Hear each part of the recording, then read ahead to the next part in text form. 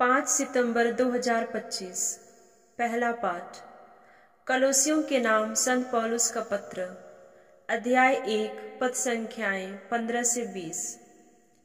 यीशु मसीह अदृश्य ईश्वर के प्रतिरूप तथा समस्त सृष्टि के पहलौठे हैं, क्योंकि उन्हीं के द्वारा सब कुछ की सृष्टि हुई है।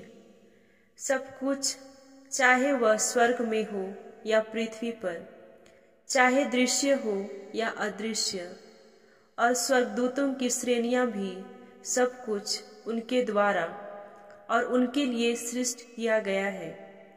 वह समस्त सृष्टि के पहले से विद्यमान है और समस्त सृष्टि उनमें ही बनी हुई है।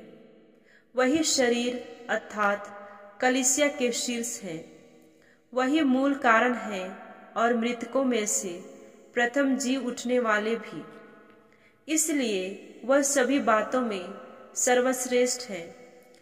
ईश्वर ने चाहा कि उनमें सब प्रकार की परिपूर्णता हो।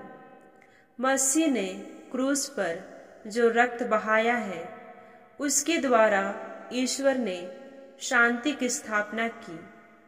इस तरह ईश्वर ने उन्हीं के द्वारा सब कुछ का, चाहे वह पृथ्वी पर हो या स्वर्ग में, अपने से मेल कराया है। प्रभु की वाणी। संत लूकस के अनुसार पवित्र सुसमाचार, अध्याय 5, पद संख्याएं 33 से 39। फरीसियों और शास्त्रियों ने यीशु से कहा, यूहन्ना के शिष्य बारंबार उपवास करते हैं और प्रार्थना में लगे रहते हैं, और फरीसियों के शिष्य भी ऐसा ही करते हैं, किंतु आपके शिष्य खाते पीते हैं। यीशु ने उनसे कहा, क्या जब तक दुल्हा उनके साथ है तुम बारातियों से उपवास करा सकते हो?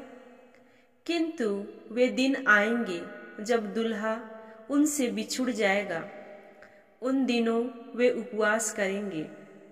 यीशु ने उन्हें यह दृष्टांत भी सुनाया, कोई नया कपड़ा फाड़कर पुराने कपड़े में पैबंद नहीं लगाता, नहीं तो वह नया कपड़ा फाड़ देता है और नए कपड़े का पैबंद पुराने कपड़े के साथ मेल भी नहीं खाता। और कोई पुराने मशकों में नई अंगूरी नहीं भरता, नहीं तो नई अंगूरी मशकों को फाड़ देगी, अंगूरी बह जाएगी और मशकें भी बर्बाद हो जाएगी। नई अंगूरी को नई मशकों में ही भरना चाहिए।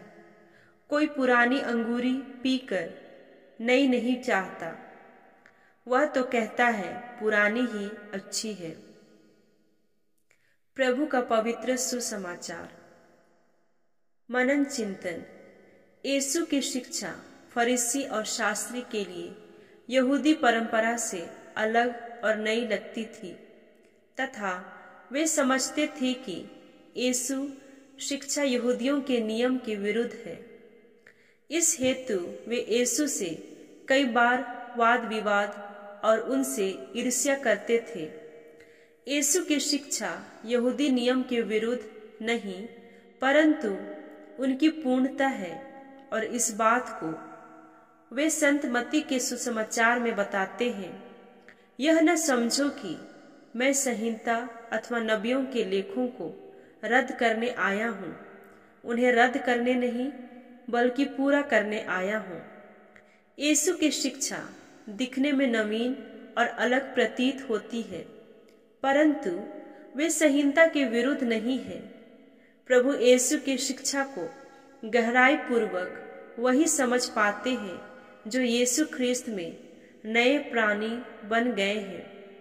जिस प्रकार संत पौलुस दूसरा कुरिन्थियों अध्याय 5, पद संख्या 17 में कहते हैं, यदि कोई मसीह के साथ एक हो गया है तो वह नई सृष्टि बन गया है। मसीह में नया व्यक्ति पुराने रीति रिवाजों से नहीं, परंतु नियम के अर्थपूर्ण जीवन बिताता है। और इसी चीज पर यीशु जोर देते हैं कि लोगों द्वारा शुरू की गई परंपरा नहीं, परंतु अर्थपूर्ण जीवन बिताना ज्यादा जरूरी है।